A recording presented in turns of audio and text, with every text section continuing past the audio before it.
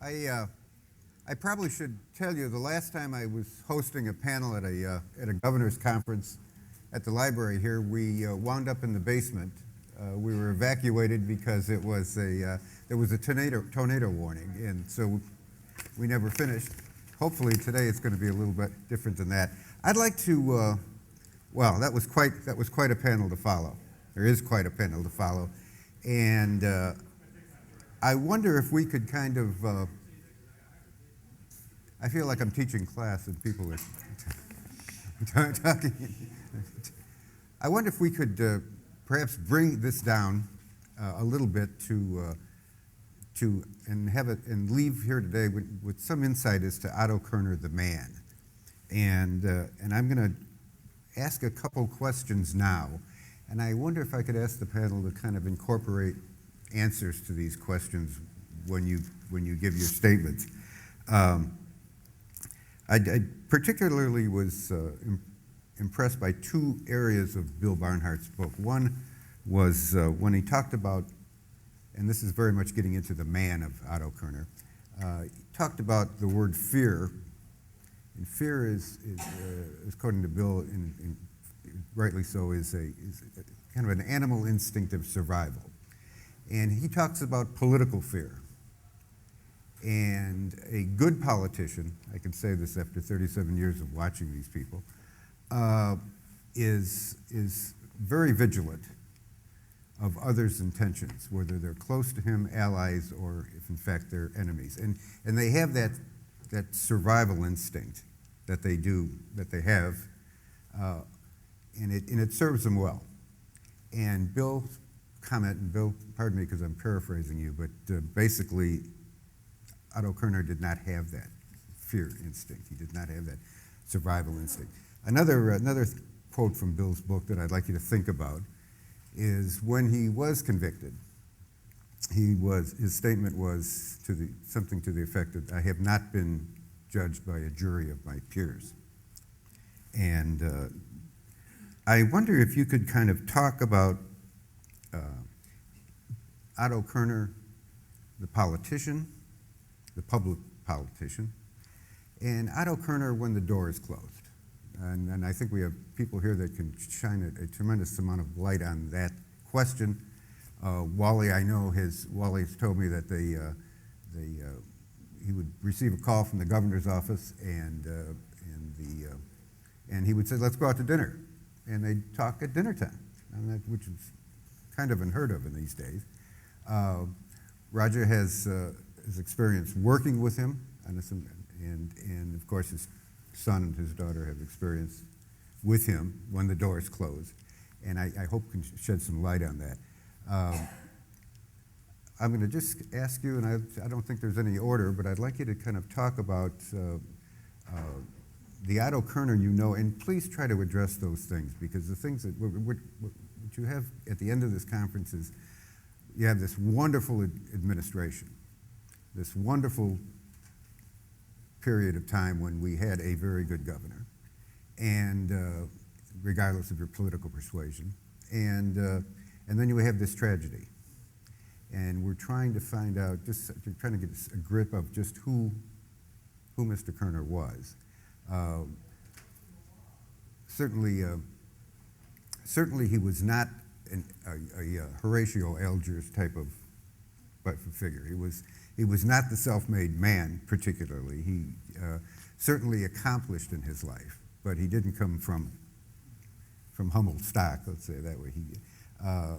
And I wonder if you could just kind of talk about a little bit about that and how he felt of things. I don't know who wants to go first.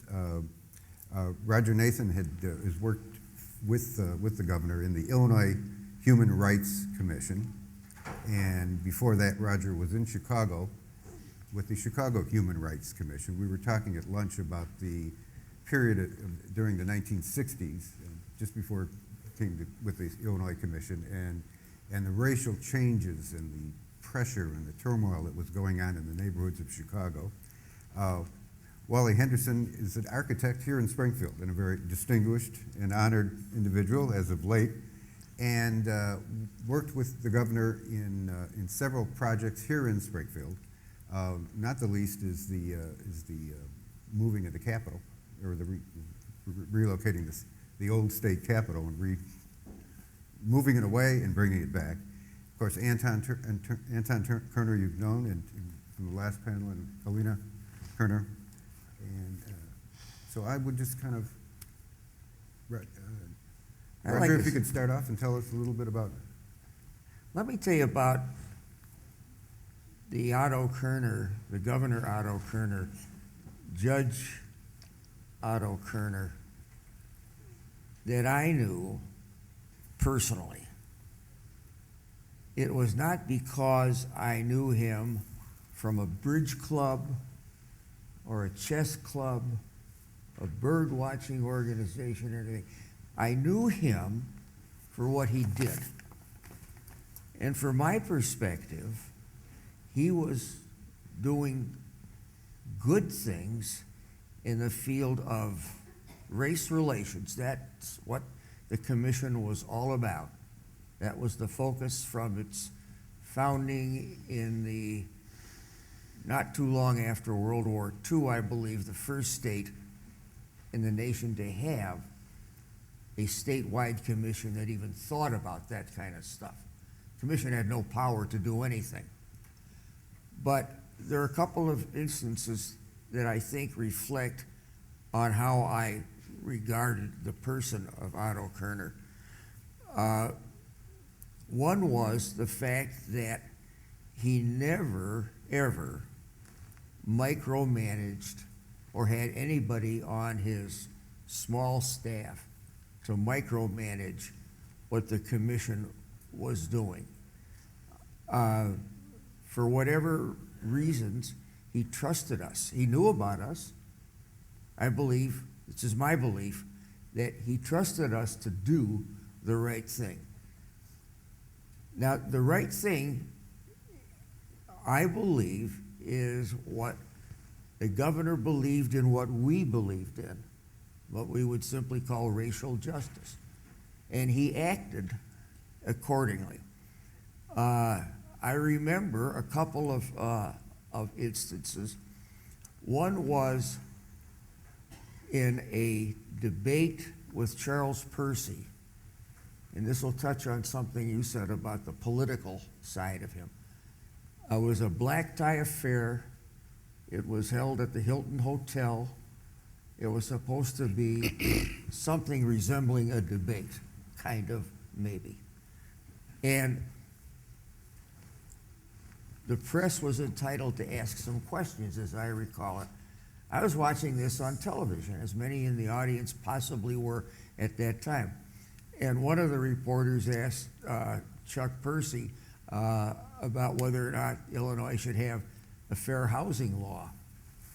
And Percy went on with this, that, and the other thing and said no. And here's the thing. Governor Kerner, in responding to that question, said one word, yes, and then sat down.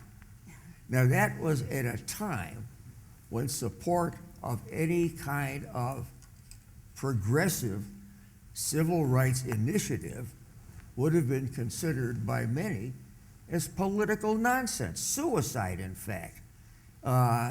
He might have been briefed by somebody, don't say that, but he did. And that was such an impression on my mind that I will never, ever forget it.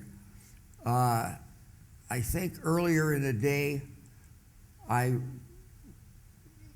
indicated something that he did, this Fermi Lab issue, where we had earlier recommended, as I said, an executive order to do something of a positive nature about fair housing in the state.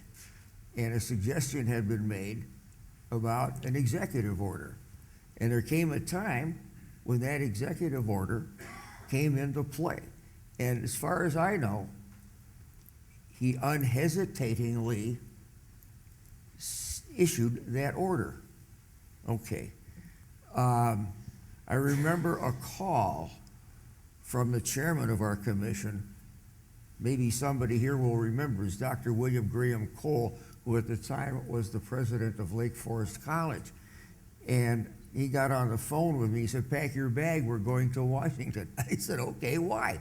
And he said, "Well, the governor has been asked to come to Washington to meet with Glenn Seaborg, the chairman of the Atomic Energy Commission, to talk about this civil rights, this fair housing issue." I said, "Okay." So we all got there, and the night before we had a jolly dinner and a good time. Chris Vlahopoulos was there, who, by the way, sends his greetings to everyone. You're all his pals. Anyway, Illinois was in tight contention with one other state. I forgot which other state that may have been, but it was either us or the other state. It was that close. I don't know anything about anything else that was going on, but the focus of that meeting was on the open or fair housing issue. And there weren't many of us there. I was, the chairman of our commission was, the governor was, Glenn Seaborg was there. I don't recall anybody else that was there. Chris was there, either physically or in spirit. I'm not sure which, but Chris was always someplace. And that was it. We went there to try to assure the Atomic Energy Commission that Illinois would carry out its duty and have an open, fair housing situation in the state. And we never had to argue with him, try to persuade him, or anything of the kind. What do you think, anybody, please answer this, what do you think would prompt his feeling in that area? What prompted his stand or his position on fair housing, minority rights, later on the Kerner Commission?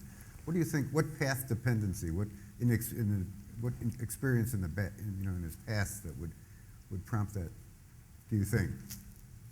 You're looking at cards here. Go for it. My sister and I were remembering, I think 1958. I was 10 and my sister was 8 years old. And we're staying at a beautiful resort on St. Thomas. It was the beach resort related to Bluebeard's Castle. And we're driving into Charlotte-Amalie on a very rough road. Dad's driving a Volkswagen. And there's some terrible poverty on the side of the road. And we notice that there's some children 3, 4, 5 years old playing in a mud puddle. And Helena asks, "Do you want to go there?" Well, yeah. there's two parts to this. Yeah. I said, why does that little boy not have any clothes on? Because that was just alien to me, that children were naked. And he said to me, "Well, how do you know that's a boy?" So, a little bit of humor, a little bit of, intimidating the child, but anyway, but the other part of that story is that he said, not everyone has a beach to play on. So I think that he was really touched by people who didn't have things. Mm-hmm. And I think also a part of that probably came into being with his own experiences of growing up. While he had plenty of things, he grew up in a neighborhood with, other kids who didn't have, and I think he was just keenly aware of it. Might also add that there have been some comments that my dad grew up with a silver spoon. It misses really the fact that he was first generation. He was second technically. His grandfather came to the United States from Czechoslovakia in 1871. And when he landed in Chicago, his grandfather said, they asked him where you're going, and he said, "I'm going to Chicago." And they laughed at him because it was November 1871 and the city had just burned to the ground. Carol Kerner took a job as a stevedore unloading lumber that was coming down Lake Michigan to rebuild the city. Otto Kerner Sr., my father's father, who became Attorney General of the state of Illinois, actually became a lawyer because he was working with his father quenching knife blades, and through the winter got pneumonia. They had to pay a doctor, and they couldn't afford it. So when Kerner Sr. finally recovered from the care of Dr. Novak, Dr. Novak's brother, a lawyer, took him in to sweep the law offices. And that's how Kerner Sr. began to study the law, by trying to repay a bill. The Kerners were not wealthy people. They were very much working class people, and probably would have stayed that working class had it not been for this accident of pneumonia and the kindness of Dr. Novak to let Otto Sr. repay his medical bill through working in the law firm. My dad grew up with that attitude about money and about privilege that really accompanied privilege was service. He learned that from his dad, and so he marveled that during the Depression that his dad was able to put him through school. So they all suffered. In any case, I wanted to clarify that far from having a silver spoon, I think he felt that he had to earn his way.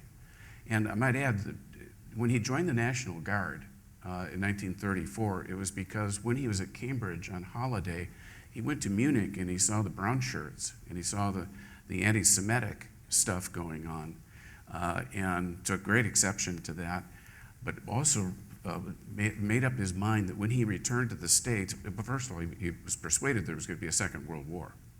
So when he returned to the States in 31, he married Helen, our mother, and then in 34 joined the National Guard, not as an officer. And he probably could have gotten that because by then his father had some connections.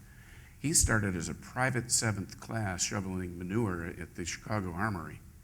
And he worked his way up through the ranks. There were no gifts, and he served as a major through North Africa, Sicily, all the way, and then did a second tour of duty in Japan, in Philippines, and then an occupation to Japan, which, by the way, I think is an untold story about our dad, that as an administrator, I think he learned a great deal about going from being in combat to being somebody who was a nation builder. Not that he was MacArthur, but that by then he was a lieutenant colonel and a colonel. So there are a lot of pieces about rising and earning your way or his way, that I think would better characterize my father than saying he grew up with a silver spoon.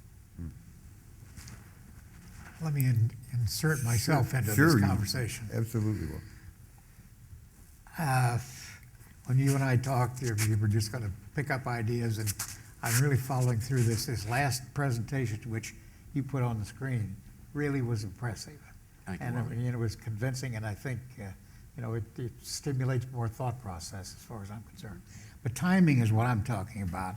When the election was held in the 60s, 1960, this was the centennial of the Civil War.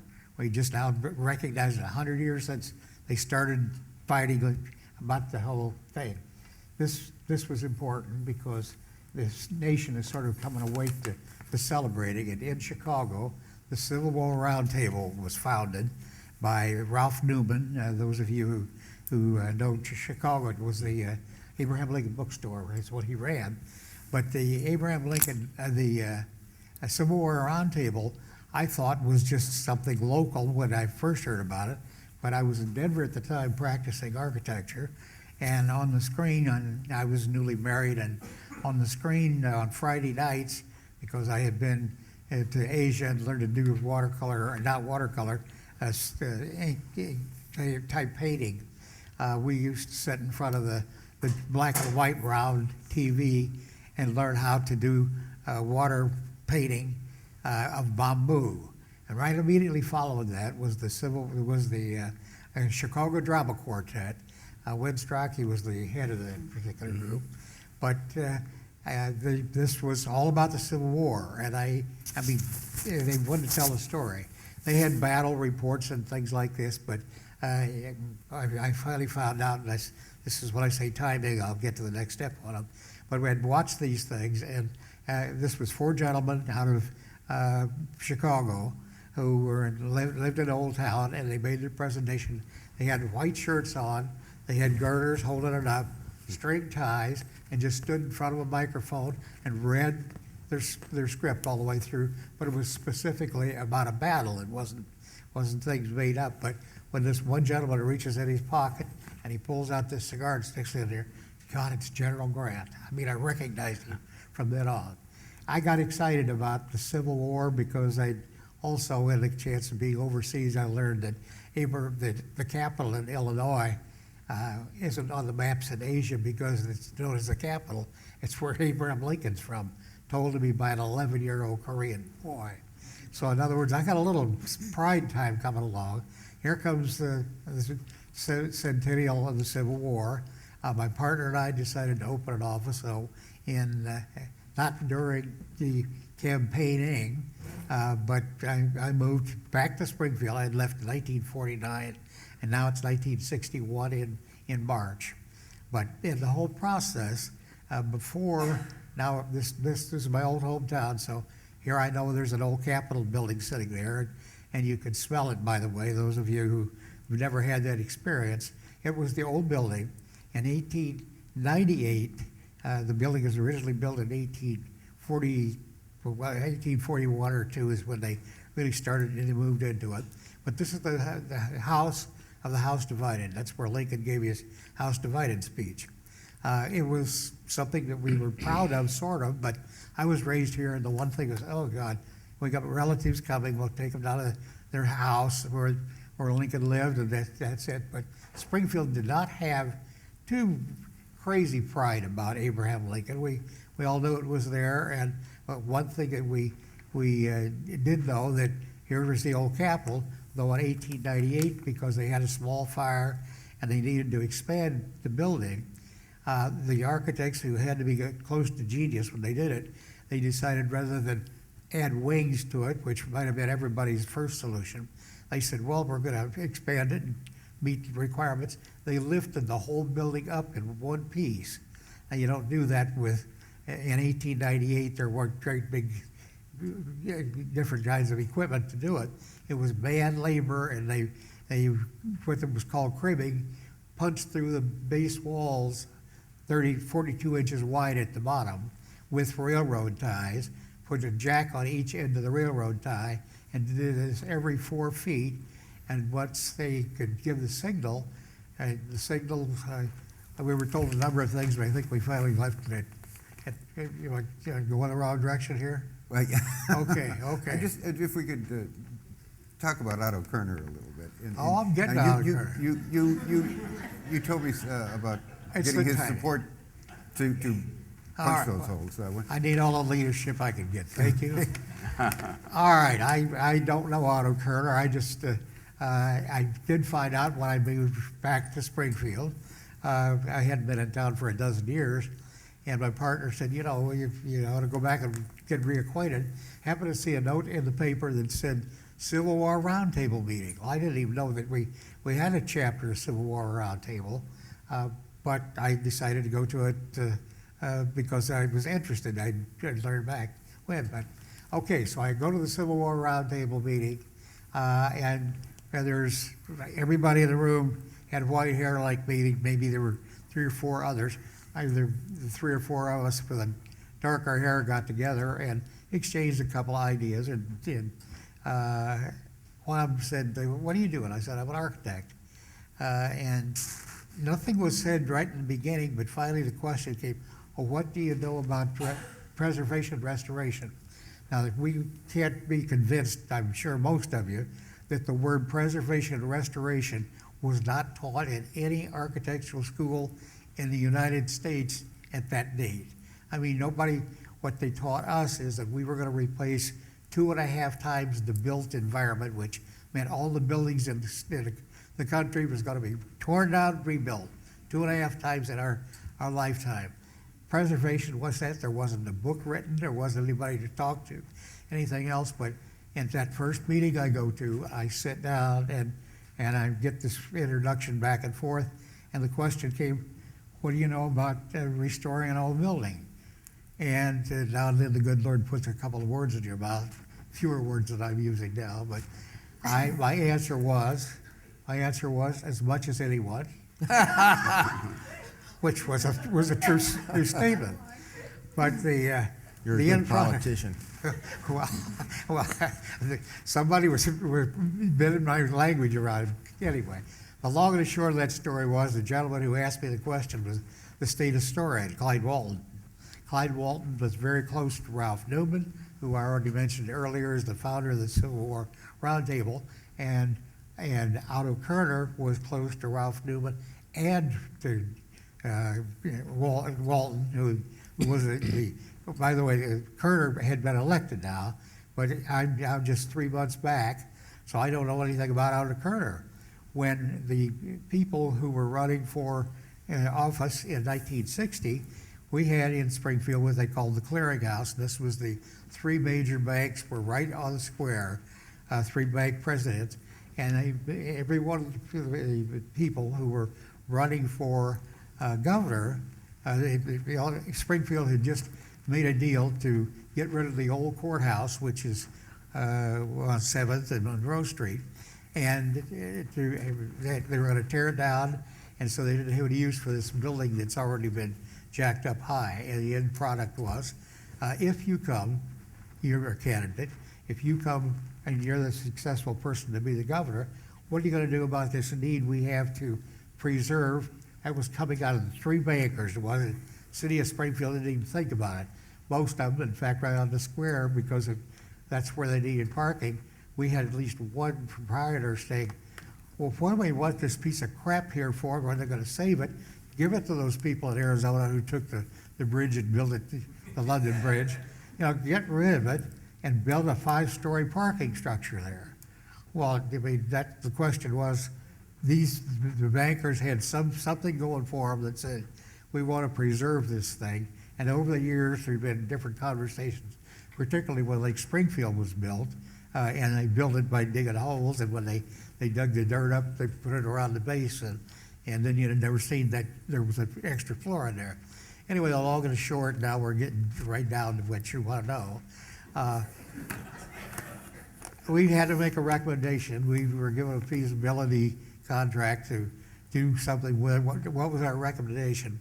Otto Kerner now has gotten close to that whole project, and I hadn't even quite been introduced yet because we were we just opened up our office and built a good back porch shed, and so we're doing a feasibility study, and we'll come up with a conclusion that rather than reverse it into piece, take it apart, and then reassemble it, which was 3,300 pieces of stone, and the whole thing sounded bizarre. And I remember when the governor at this particular point had sat in on those meetings, he said, can you really do that? And my partner and I talked it over rather carefully. My answer was there, if the British could go and dismantle a church, a 15th century, 16th century church in England, in London in that particular place, and move it to Fulton, Missouri, by God, we can take the Capitol apart and put it at the fairgrounds and reassemble it. And so he bought into that. That's the whole point. Helena.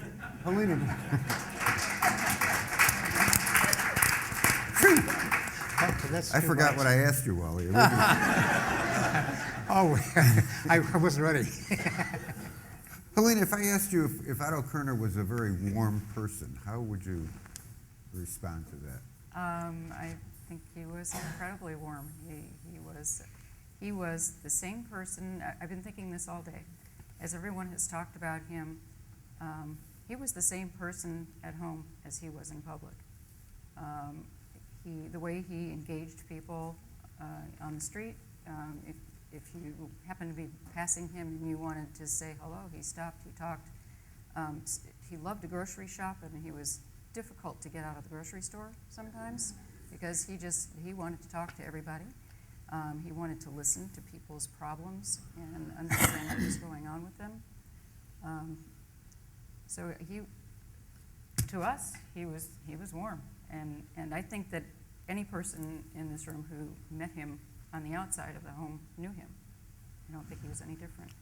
She's giving it to you straight. That's exactly what happened. He seemed, I think maybe many of you will agree, he had such a posture Mhm. that was, to some perhaps, a little bit off-putting. He was not an effusive person that I know of, but he was very easy to talk to. For example, periodically when he could, when his schedule permitted, and we're having some kind of a conference or whatever, if he could, he would come. And he just mingled like an ordinary human being, which he was. And people warmed up to him. It was not difficult. I know that when he became Judge Kerner, there was 3 or 4 of us who had served him, and we would meet a couple of times a year at the most and have supper together. And that was a really easy and nice thing to do. There was no formality about it. It wasn't as didn't consider that we were in the presence of a guy who had achieved so much public recognition for all of his good works. We called him, well, first we called him governor, and then we called him judge, but that was appropriate. We did that. But we might just as well have called him Otto.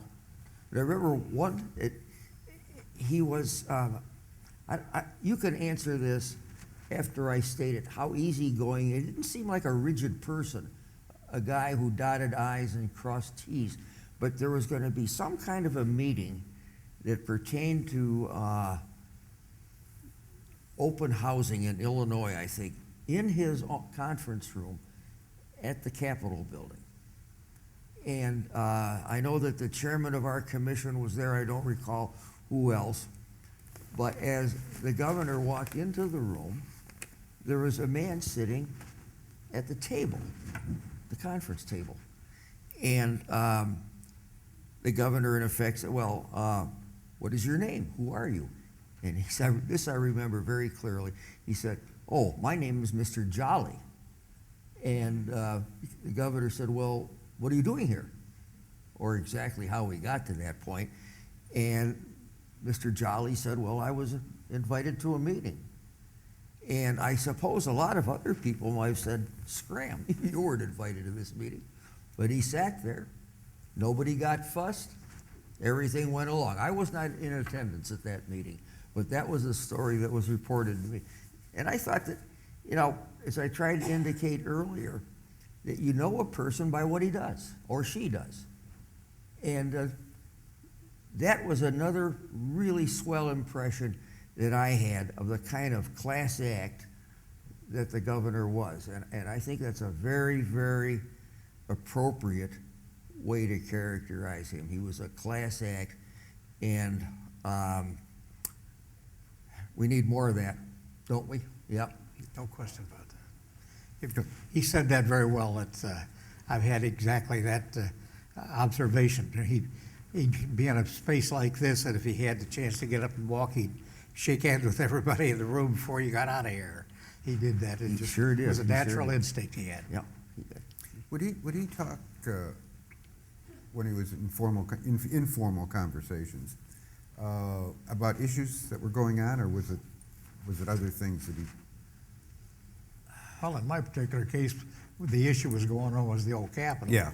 So most of the conversations were that, but it was amazing because usually governors walk around with some kind of bodyguard and so forth. They already mentioned you could run into him in the grocery store or when the old Capitol, they were digging the holes. He's down standing on outside looking at it like everybody else is. So it's he was comfortable, and he felt like that was his job. So he didn't bring up subjects in this particular case.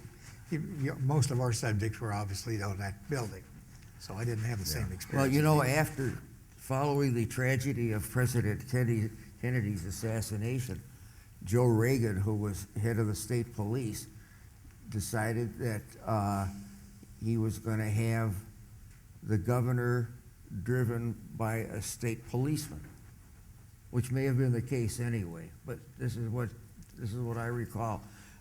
But the point is that the governor never sat in the back seat. He always sat in the front seat next to the guy who was driving. Well, very interesting. Sergeant Gainey's two daughters are here. Who's? Sergeant Gainey, who was the driver. The state trooper. Trooper who Okay. drove him. His driver. Here, and have shared some really wonderful pictures with us. Is it not on? I'd like to speak to a little bit about how I experienced my father as a father.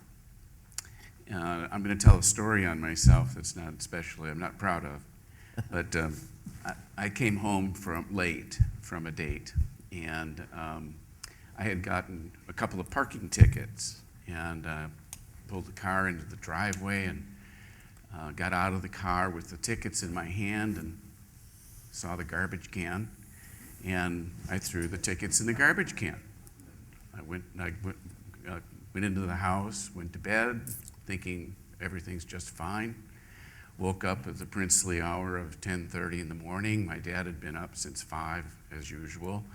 He was in the kitchen, preparing himself a little something. And ordinarily, when I would walk in at that hour, my father would say, "Good afternoon, Prince." He said nothing. And on the kitchen counter, I noticed my tickets. And he gave me enough time. He busied himself at the sink and gave me enough time to absorb the fact that the tickets that I thought were in the garbage can were now on the kitchen counter.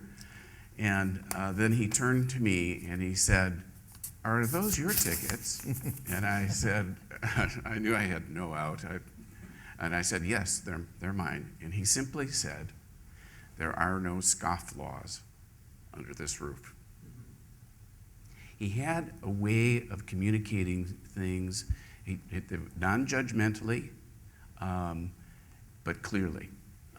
He didn't scold me, and believe me, I paid those tickets as fast as I could get to the place to pay them.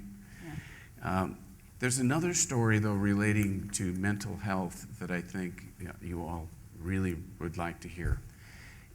Before my dad died in 1975, I interviewed my grandmother, his mother, Rose. She was 92 years old. And I have, I think, maybe 8 hours of tape of her. And in the early part of the conversation, I was asking her about what Dad was like as a little boy. And she said, "Oh, he was like any other little boy." And I said, "Well," I wanted to know more. I said, "Well, what kind of toys did he play with?" "Well, usual toys. I think he might have had a bicycle." Well, I still wasn't satisfied. I was looking for detail. And I said, "Well, who were his friends?" And my grandmother started to cry. And I thought, oh my, I've made my grandma cry. I pushed too hard. I don't know. And she said, "Turn the tape recorder off." And I turned the tape recorder off. And when she came out of her tears, the first thing she said was, "I don't remember raising your father from the time he was 8 years old until he was just about out of high school." And I said, "Well, why?" And you'll notice in the slideshow earlier, there's a photo of a woman and 2 boys. The younger boy, aged 5, was named Robert, and the older boy was named, age 8, was Otto, and the woman between them is Rose. Grandma said, Robert was struck and killed by a streetcar when he was 5 years old, right about the time just after that photograph was taken. And then she said, I said, "So what happened by the time Dad was getting out of high school? Why do you remember him then?" She said, "Well, I started talking to Robert." And I said, well, to myself, I said, "That's crazy. He's dead. How could you do that?" And I said, how did you do that? And she said, "I started going to seances." Now, people wonder about Otto's interest in mental health. Think about this. I've thought about it. Here's an 8-year-old boy who grows up for 10 years with a mother who is so distraught in her grief that she doesn't remember raising him. I think that there's a seed there for something that he really felt about mental health and understood firsthand. And it dovetails with one other piece, and that is Dad's interest in he called them the boys who suffered shell shock. He often attributed that to his interest in mental health, post-traumatic stress syndrome we call today. And I think that's also true. But there are pieces in a person's experience, and those two pieces, I think, play largely in my understanding of my dad's interest in mental health. It wasn't abstract, it was personal. Tony, could I ask you a question? Yeah. How did he find those parking tickets? My father was, he was a prosecutor. I mean, There may have There- been there another was- there- occasion of some mishap. there was but- no hiding from my father. He noticed everything. Yeah. If he hit a golf ball on a golf course, because of his artillery experience, the ball would land somewhere I couldn't find the ball. He triangulated it. He'd look at the tree over here and the tree over there and where he was, and he knew precisely where that ball was. He noticed things. And often he said, you have a pair of eyes, use them. Yeah. How did he get along in Chicago politics? And that's kind of a broad question, but I mean, he's not exactly a product of what you would conceive of as a product of the wards. How did he interact with ward politicians in Chicago? And certainly he had to in the beginning. I don't know that I have firsthand knowledge of that. I do know just from observing that that he was very independent, that his work didn't seem on the outside to be integrated with all of the other things that were going on, particularly in He wasn't Chicago. engaged in. Pardon me? He wasn't engaged in political elections very much, or was, or Well, his own, of course. his own, but Yeah, okay. yeah. And, you know, we saw it from, you know, the point of view of children. You know, we stood on the street corners and handed out matchbooks and, Right. you know, did all of that stuff. But, you know, and then later, we really weren't here. A lot of the time, you know, growing up, we were away at school. So we didn't see a lot of the day-to-day really past first couple years of high school. My experience of Dad in that context, he used to talk a lot about the precinct captain as the welcome wagon when somebody would move into a neighborhood. And rather not people as ward healers so much as intermediaries between the offices of government and the services of government. And those precinct captains worked for those votes. They earned them by delivering services that people needed, a job or health care or police protection or sanitary services, garbage, whatever.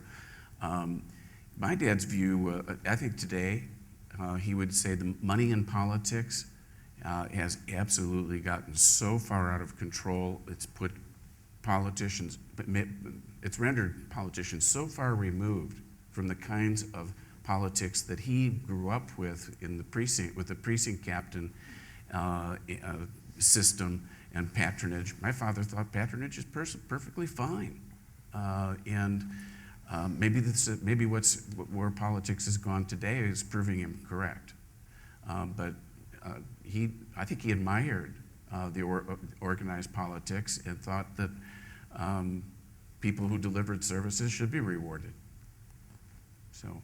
Roger, when we had lunch, we had a poster of Grant above us there, and there was this stencil, the word leader, I think it was leader.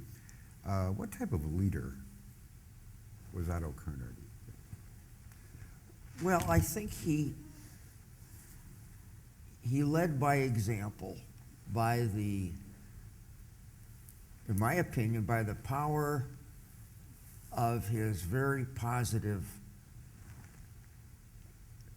frame of mind. He was, I never, not that I was that close to him personally, at least during the time he was the governor. That, a little bit of that came afterwards when I referred to having dinner with him and some others a couple of times a year, that kind of thing. I can only talk from my own experience that it was, he led, as I say, by example, by the power of his personality. There are some people who are like that. They just, it's a gift. It's not that they preach to you. It's not that they ask you, tell you to do this or that, but it's just the simple idea of that person, of, in this case, Otto Kerner's presence in your presence. That's what came across. And he was the same way at home. Mhm. It was, there You said was that very an well. expectation, not verbalized. The only time that I could say that he verbalized it was if you asked a difficult question and he would say, use your judgment. You know, so it's very much what you're saying. It's you know, it's use your head, do the right thing. Yeah, I asked you that question, Roger, because in dealing, especially with what you dealt with, and your position in his administration was one that was somewhat controversial and was not accepted by all, and yet he managed to promote that as best he could. And I just, You know, one thing I never knew, and as I sit here, I still don't know, the inside story of how President Johnson tapped Governor Kerner to head up that commission. I don't know. He couldn't have picked a better person, we all know that. Well, Do you know that? I don't know absolutely, but there are a few pieces that you can put together. One is Bill Barnhart spoke so well, and so did several others, about open housing. That was an initiative in Illinois that was at the cutting edge and brought economic development through Fermi Labs. I think Johnson, certainly being a Kennedy vice president, was aware of what Kerner was doing with regard to open housing and his sensitivity to that. Also, there was a precursor commission to the Civil Disorders Commission that Dad served on. Dad's military experience in the occupation of Japan, I think, is another piece that recommended him to chairing a commission, and particularly his war experience. The civil part in the occupation of Japan, but also the war experience, to reconcile the pieces between standing for civil liberty and also needing to recognize that people want security. They want security in their streets, but they also want to be free. So there's that. We're at that balance. I think today we're still struggling with this civil liberty, national security balance. Where is that balance? So I think Johnson understood that Kerner was sensitive to that, and that's my guess. what would you, Does that make sense, Roger? Yes. I never knew that your dad served in Japan. How many people here knew that? Not a lot. Okay. A full year. A full year, okay. He was on MacArthur's staff? No, he was attached. When he went back for the second tour of duty, he was stationed in Luzon on the Philippines when the bomb was dropped in Nagasaki and Hiroshima. And his division, I think it was a 32nd Division, Red Arrow Division. Is that right, Mark? You know that one? Anyway, it was the Red Arrow Division, because I see it on the shoulder patches. That division was shipped to the southernmost island in Japan. I think it's Kyushu. Thank you. Kyushu. Thank you. And which isn't very far from Nagasaki, by the way. I looked at a map. But that's where he was stationed for a year. Okay. Yeah. And then I think actually I think he was there for almost the entire occupation of Japan, which started in 45 and then ended in 46. And he came home pretty much at the same time as everybody else. I want to answer your question about showing leadership. Only this is not in physically turning Springfield around. He got on board with things that, well, like I pointed out, the history thing of Springfield, we all accepted, except we had to preserve it and we had to present it. And he had ideas that contributed, and rather than bringing the state police along with him, he'd come to our office and start talking and just talking about leadership. We used to have a city planner who every month turned out some kind of a product and said, this is what planning's about. And he put it in the form of a drawing, just an aerial two-dimensional drawing of the old state capitol, which now we're going to do some restoration on it. But what they had done on this thing is had two shadow lines, one on 5th Street and one on 6th Street, and it didn't say anything unless you could read it. He comes over, sit down with a meeting, and we're talking about the old Capitol and how it's progressing along. And he said, well, isn't this going to attract a lot of visitors? Which, it's obviously it's going to. And isn't it going to really impact downtown area? And I said, yes, it is. And he said, why don't we, and he turns around and he points to this, and he says, why don't we do that? What he recognized in that drawing was a down ramp on 6th Street as it's built, and an exit ramp coming out on 5th Street. And I mean, the answer is, well, it's not in the program, Governor, and there's no budget for it. And he literally leveled with us. He said, if I go to bat for this thing, and I will go to bat for it, he said, can you make some kind of way to compensate the state for what's going on? And this happened to be the Abraham Lincoln Association furnished the old Capitol. I mean, that was their commitment if we ended up with that underground parking. There's 465 cars there because Otto Kerner walked into our office and said, can this be done? And he was the pusher behind it. Wally, he got the money. I have a question for Wally. Was that garage financed with revenue bonds? I don't remember the exact details. Because I'm wondering whether it hit its way out. Because it was innovative, wasn't it? Oh, yes. Had a public structure ever had a garage? Oh, that's exactly with revenue? Right. Oh, yes. So that revenue helped finance the restoration of the old state capitol. Well, it was the independent, but the old Capitol, we already had it locked in. Right. But what we did is dig the hole deeper and spread it out and put this special kind of structure in there, hyperbolic paraboloid, in case anybody asks you. It's an upside down pyramid, but if you're in the underground parking, the upper level, you've got all these slopes and everything.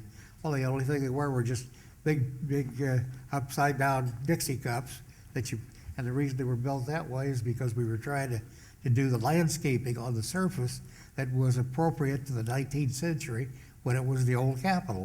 We did every detail to try to make that one right in there. So the tree roots Oh, grow yes. into the cone? Oh, yes. Oh, yes. Very clever. But, so the roots still go on down where the drainage is too, and that's part of the problem. Mm-hmm. Ah. Yes. Governor, he wanted volunteers to go out and fundraise and raise a certain amount locally to show our support. Yes, ma'am. Molly Becker and Washington, neither gathered a lot of us, and we went out, they would actually raise money. Just show we supported it here.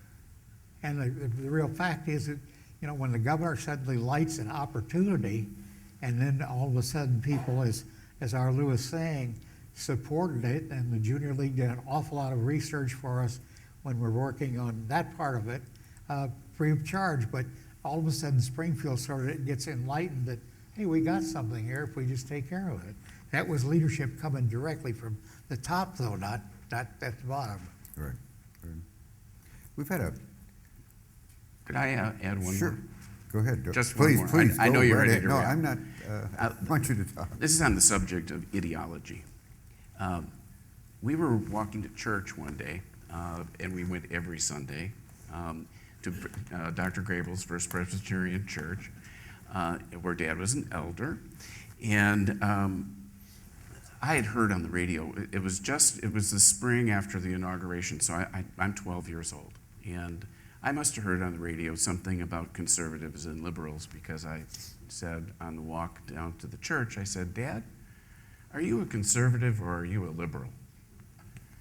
And Dad said, well, Tony, being a conservative or a liberal depends on what you want to conserve and what you want to liberate. Very good. You know, we've had a wonderful conference today, and in the last few minutes of our talk, I wonder, is there anything that you'd like to say about Otto Kerner that would define him privately and publicly? I'm going to, in horse racing terms, I'm going to give you your head and let you. What would you? Well, I you know, think one aspect of his life that people probably talked about but didn't talk about publicly, and that was our mother. Yes. And I think it's important. I think he would probably in this day and age want people to know that he saw alcoholism as a disease, and he wanted it addressed in that way, and he did the best he could for her. Well before Betty Ford. Yeah, way before Betty Ford came along. I always thought Betty Ford was just remarkable that she had the courage to stand up and say, I'm an alcoholic, well, let's get something done. And that really turned things around for an awful lot of people. And you know, earlier when people were talking about mental health, if that had been available then, I think things would have been very different for him. What she just said is very important. I danced around that thing, but she had great trouble, and he treated her so. He had her on a pedestal on the occasions when we had private meetings, and it was just my wife and I and his wife, and she had her troubles. He treated her just as royally as possible. He was a gentleman in every way. My way of talking about Otto Kerner is, I'm just so proud that I knew him and could imitate anything that he did. I couldn't find anything wrong with him, to be honest with you. But the one thing that I did say, because we once upon a time, and I remember when what was it? We were trying to get the governor's changed by the president. What do you call that? That letter that we wrote to Clinton. Well, Yeah. Yeah, they could have waived that. Later. That may happen someday. Well, and I wrote the letter, and one of the things that I said in that letter is that if he had a fault, it was that he trusted people too much. I talked about, why do you hire people, us like an architect, he hasn't built a building yet to do the most important building in a whole town. And he said, can you do it? And I said, yes. And we weren't going to fail that one if we went broke and all the other things with it. But no, he was a gentleman in every sense of the word. Just, I envied anybody that could deal with him. And everybody, that was him. It's 45 years since I've come back to Springfield. And sitting in this room and anticipating the conference brings back lots and lots of memories. Among them, people who are gone. They mentioned Harold Wysotsky. People know who he was. Jack Cullerton, Rich Blakely, Chris Vlahopoulos is still with us. But one of the things that I remember best about Governor Kerner is the fact that he picked these guys to do the work that he wanted done. And I think they did it very, very well. And that's part of a cluster of memories that I have about being here. It was almost 10 years